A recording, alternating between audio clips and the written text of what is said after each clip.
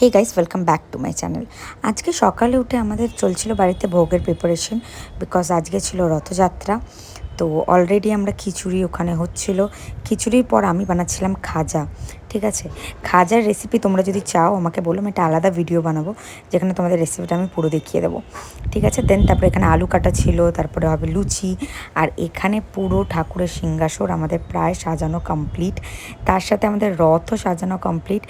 দুদিকেই নিচেও জগন্নাথ দেব বসেছিল, ওপরেও জগন্নাথ দেব বসেছিল, আর সামনে মোমো বসেছিল। যখন থেকে আমাদের রথ সাজানো হয়েছে, মোমো রথের সামনে থেকে 1 মিনিটের জন্য উঠছিল না।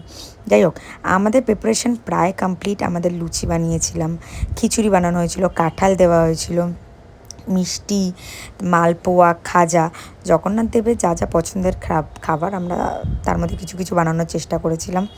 তার মধ্যে লজেন্স, মিষ্টি তো জগন্নাথ দেবের খুবই ভালো লাগে।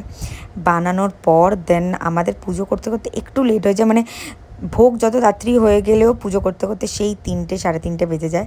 এখানে জগন্নাথ দেবকে তোমরা দেখতেই পাচ্ছ, জগন্নাথ দেবকে কী মিষ্টি লাগছিল সেই দিন। যাই হোক, দেন আমরা বসেছিলাম পুজোর জন্য।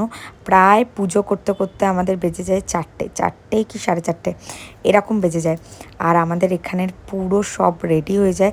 দেন আমি এখানে ভয়েস দেবো না, তারপরে আরতি হয়, বিকজ আমাদের এখানে আরতির একটা ভয়েস, আমি ওখানে যেটা ভয়েসটা ছিল সেটাই রেখে দিলাম, তোমরা ওটা শোনো।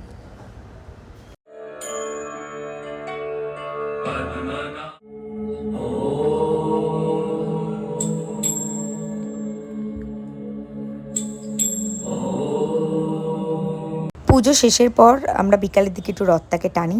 আর রাতের ডিনারে ছিল লুচি, কাবলি ছোলার তরকারি, তার সাথে মিষ্টি। কাবলি ছোলার তরকারিটা জাস্ট দারুণ হয়েছিল। তোমাদের সাথে দেখাবে নেক্সট ভিডিওতে। বাই।